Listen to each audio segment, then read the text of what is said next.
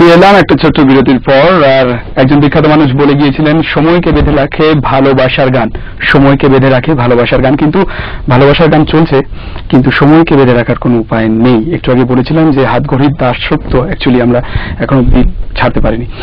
তো বলছেন আমাদের সাথে বাপ্পা মজুমদার, আমরা চাইছিলাম সময়টা আরো এগিয়ে চলুক এবং অবিরাম, সেটা সম্ভব নয়। একেবারে শেষ পর্যায়ে চলে এসেছি, প্রচুর কথা রয়েছে, প্রচুর গান বাকি রয়েছে। তো বাপ্পাদা এবার একদম শেষ পর্যায়ে আমাদের অনেক প্রশ্ন জমে রয়েছে, কোনটা করবো অ্যাকচুয়ালি বুঝতে পারছি না। সেটা হলো যে ওপার বাংলা এবং এপার বাংলার মানুষ তো একই হয়, সঙ্গীতের ছোঁয়াচ এখন পাচ্ছি। তো তোমার কি মনে হয় যে এখন মিউজিক যেটা রয়েছে সেটা কি লিগ্যাল হওয়া উচিত? কারণ এর আগে আমরা শুনেছি তোমার গানের কিছু কথা, কিছুটা অংশের সুর আমাদের এখানে বেজেছে, কিন্তু সেটা লিগ্যাল কি ইলিগ্যাল আমরা জানি না। যেমন একটু আগে যে গানটির কথা উঠলো, পৃথিবী অনেক বড়, এই গানটি দু জায়গা থেকেই আমরা শুনেছি। তো লিগ্যাল বলতে এই কারণে বলছি যে যেরকম ভারতবর্ষ থেকে গিয়ে প্রচুর বাইরে জায়গায় কাজ করা যায়, কিন্তু বাংলাদেশি থেকে যারা আসেন, শিল্পীরা আসেন, তারা কিন্তু সেভাবে কাজ করছেন না, পারছেন না। হ্যাঁ, এর কারণটা তোমার কি মনে হয়? এর কারণ হচ্ছে একটা অদ্ভুত জটিলতা আছে বোধহয়। এটা কোনো রাজনৈতিক জটিলতা কিনা আমি জানি না, বাট কোথাও একটা ঝামেলা আছে। মানে ওখানকার, যেমন এখানকার আর্টিস্টরা ঢাকায় যাচ্ছেন, তারা পারফর্ম করছেন, একদম তারা কাজ করছেন, কিন্তু সেভাবে বাংলাদেশের আর্টিস্টরা এখানে আসতে পারছেন না। এখন সেখানে আমি জানি না ভারত সরকারের এই বিষয়ে কোনো বিধিনিষেধ আছে কিনা, বা পশ্চিমবঙ্গ সরকারের কোনো বিধিনিষেধ আছে কিনা এই বিষয়ে। তবে এই এক্সচেঞ্জটা প্রয়োজন, এই আদান প্রদানটা দরকার। আদারওয়াইজ মানে এই দূরত্বটা থেকে যাবে। একদম কালচারাল ডিসটেন্সের তো কোনো জাস্টিফিকেশন নেই। আর বিশেষ করে আমাদের নর্থ জোনে এবং পশ্চিমবঙ্গে এমন অনেক মানুষ রয়েছেন যাদের রুটটা খুঁজলে কিন্তু ওটার বাংলা পাওয়া যাবে। এবং ইনফ্যাক্ট আমরা যেটা আলাপ করছিলাম যে এবার কলকাতায় এসে যার সাথে কথা হলো, তার পরিবারের কেউ না কেউ হচ্ছে বাংলাদেশের। একদম একদম। তো দেখলাম যে মোটামুটি প্রায় 70 থেকে 75 ভাগই দেখা যাচ্ছে বাংলাদেশ থেকে আসা, মানে তৎকালীন বাংলাদেশ, মানে পুরো পাকিস্তান বলি বা তার আগে সিচুয়েশন বলি, ব্রিটিশ পিরিয়ডের কথা বলি, ওই জনে যারা ছিলেন তারা চলে আসছেন এদিকে। এটা মোস্ট অফ দ্য কেসেই আমি দেখছি এরকম। রাইট, এবং এটা খুব শিগগিরই দূর হোক। এবং এই কারণে প্রশ্নটা আমি তুললাম যে যারা দেখছেন তাদের মধ্যে কেউ যদি এটা বুঝে থাকেন, তো আশা করি সঙ্গীতের আলটিমেটলি জয়টা সঙ্গীতের হবে। হ্যাঁ, জয়টা সঙ্গীতের, এবং সঙ্গীতের আসলে কোনো সীমারেখা নাই। একদম, যে কারণেই আমি অম্লান পুপুন আমরা একসাথে কাজ করতে পারলাম। একদম। তো এবার তোমার এই বাংলার কাজের কথা আমরা যাব, কিন্তু তার আগে আরো একটি প্রশ্ন না করেই পারছি না। সেটা হলো যে প্রত্যেকটি মানুষের সাংগীতিক জীবনে একটা যে ইন্সপিরেশনের কথা একটু আগে তুমি বললে, তার থেকেও বাইরে অন্য একটা ইন্সপিরেশনের কথা আমরা শুনি। তো কিছুদিন আগে আমাদের ভালোবাসার দিন গেল এবং ভালোবাসার ছোঁয়াচ গেল। তো সেই জায়গা থেকে বিশেষ কোন ইন্সপিরেশন তোমার জীবনে কি রয়েছে? ভালোবাসার দিনের কথা যদি ওইভাবে বলতে চাও, যদি খুব ব্যক্তিগত জায়গায় যেতে চাও, তাহলে আমি বলবো যে এই ভ্যালেন্টাইন ডেতে আমি আমার স্ত্রীকে সময় দিতে পারিনি, কারণ তখন আমি ছিলাম এখানে কলকাতায়। কারণ ওই দিনই আমার বেঁচে থাক সবুজ অ্যালবামটি এখান থেকে অফিসিয়ালি রিলিজ হলো।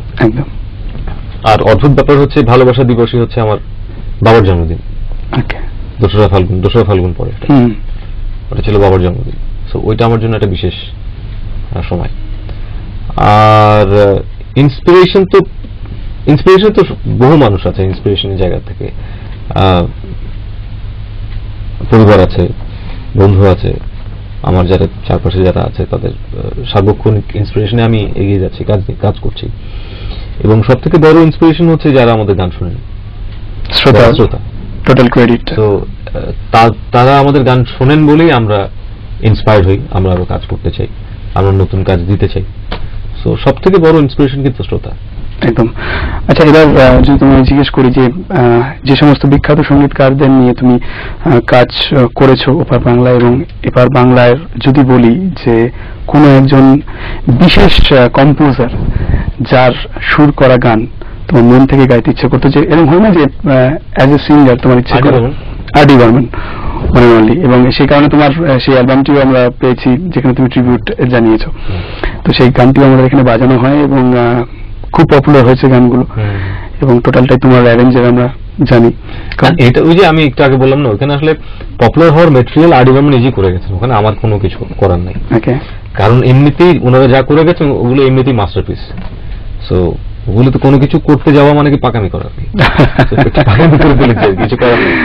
কারণ কিন্তু এটা করেছি ভালোবাসার জায়গা থেকে। ওকে, এই মুহূর্তে আরেকটা এই প্রসঙ্গে মনে পড়লো যে একটা গানকে নিয়ে রিমিক্স যে ভার্সন তৈরি হয়, সেটা অনেকগুলো গান আমাদের কাছে আছে এবং বাংলাদেশ থেকে করা, সেই সম্পর্কে তোমার মতামত কি? দেখো, একটা জিনিসকে নিয়ে কাজ করা, একটা জিনিস রিমিক্স করার, একটা জিনিস কিছু বোল্ড মিউজিক দিয়ে দিলাম বা সেটা তুমি কেমন ভাবে দেখো? রিমিক্সটা কেমন ভাবে দেখো? রিমিক্স ব্যাপারটা কি এটাকে বুঝতে হবে। আমাদের একটা ভুল ধারণা আছে রিমিক্স এবং রিমেক নিয়ে। রাইট, রিমেক একটা ব্যাপার, রিমিক্স একটা ব্যাপার, একদম সেটাই আমরা জানার চেষ্টা করছি।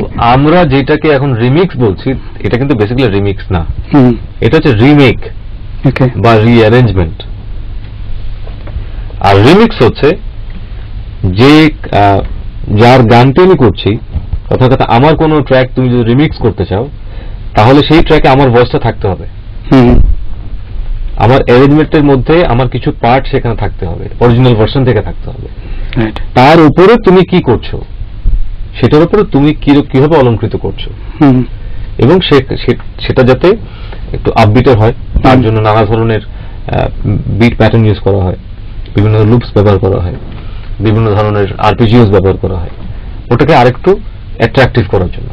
ওকে, অ্যাজ এ আর্টিস্ট, যদি তোমার কোনো ট্র্যাক কেউ রিমেক করে এই মুহূর্তে, তোমার কেমন লাগবে? তোমার খুব পপুলার ট্র্যাক, রিমিক্স নয় রিমেক। আমার কোনো পপুলার ট্র্যাক অন্য কেউ রিমেক করবে কেন, আমি তো করবো। যদি অন্য কেউ করে, যদি অন্য কেউ করতে চায় তাহলে অবশ্যই আমার অনুমতি লাগবে। একদম, এবং সেই পছন্দের তালিকার শিল্পীর নাম বলো যার গলায় তোমার গাওয়া সেরা গান রিমেক হবে। ভালো কথা বললাম। সেটা কি বাংলাদেশে? না, গ্লোবালি তুমি যার গলায় শুনতে চাও। বাংলাদেশে আমি আমার গলা ছাড়া কারো গলা শুনতে চাই না। আর যদি আমি ভারতবর্ষের কথাই বলি, আমার গান শান হতে পারে। ওকে, কোন ট্র্যাকটা তুমি চাইছো যে সেটা রিমেক হোক? না গেলেই ভালো হয়। ওকে, একদম, এবং আমরাও সেটা চাই। দ্যাট ওয়াজ, যেহেতু আমরা খুব আড্ডাটা জমে উঠেছে এবং সেই কারণে এই প্রশ্নটি করার সাহস পেলাম আমি। তো এবার সরাসরি তোমার পছন্দের গান, যেটা শান গাইবেন না এবং তুমি গাওয়ার জন্য অনুমতি দিয়ে অনুমতিটা ফিরিয়ে নিলে, সেই গানটি শুনবো।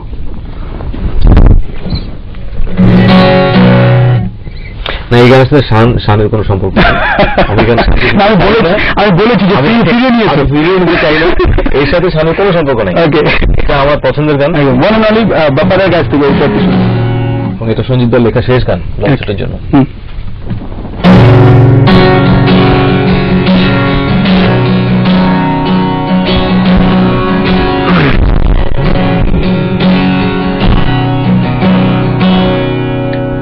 রাতকে বলি চোখ বুঝে তুই যে আসে যা চমকে সে না যা, রাতকে বলি রাতে আসে সাবধানী চোখ রাখতে বলি যে অনেক দিনের অনেক পরিচয়,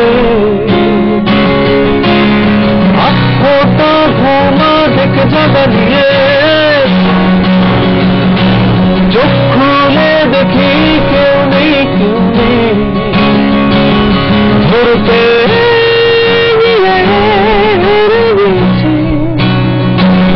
দেখতে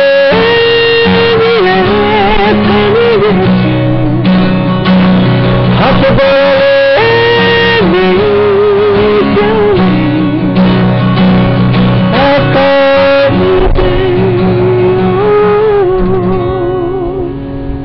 বলে এরপর বোধহয় আর কথাবার্তা এগিয়ে নিয়ে যাওয়া উচিত নয়, কারণ গানটি সত্যি জোছনা বিহার, এবং জোছনা বিহারে আমরা যেতে চাই এই মুহূর্তে। এবং বাপারা, অসংখ্য ধন্যবাদ আমাদের এই সময় দেওয়ার জন্য, এবং আশা করবো ইন ফিউচার তোমাকে আমাদের স্টুডিওতে পাবো এবং নর্থ বেঙ্গলে অনেক বেশি করে পাবো এবং আরো বেশি করে তোমার গান শুনবো। আর তোমার যে অ্যালবামটি রিলিজ হলো বেঁচে থাক সবুজ, তার জন্য মনের থেকে অনেক দোয়া থাকলো এবং শুভকামনা থাকলো যে সেটা প্রত্যেকে। আর আরো একটা কথা বলে দিচ্ছি যেটা বলাটা ভীষণ ইম্পর্টেন্ট বলে মনে হয়, সেটা হলো যে প্লিজ এই সিডিটি ডাউনলোড করবেন না, কারণ ডাউনলোড করলে শুনলে পরে কিন্তু গানের মাধুর্য কমে যায়, এটা আমি বলতে পারি। এবং অবশ্যই কিনুন এবং আপনার পছন্দের সেরা মিউজিক স্টোরি আপনি পেয়ে যাবেন গানটি, এবং অবশ্যই অডিও সিডিটি পেয়ে যাবেন বাপ্পা মজুমদারের অসাধারণ অ্যালবাম বেঁচে থাক সবুজ, অবশ্যই নেবেন। আর বাপ্পাদা মনের সবুজ বেঁচে থাকুক এবং তার সাথে সঙ্গীতের সবুজ সবুজই থাকুক।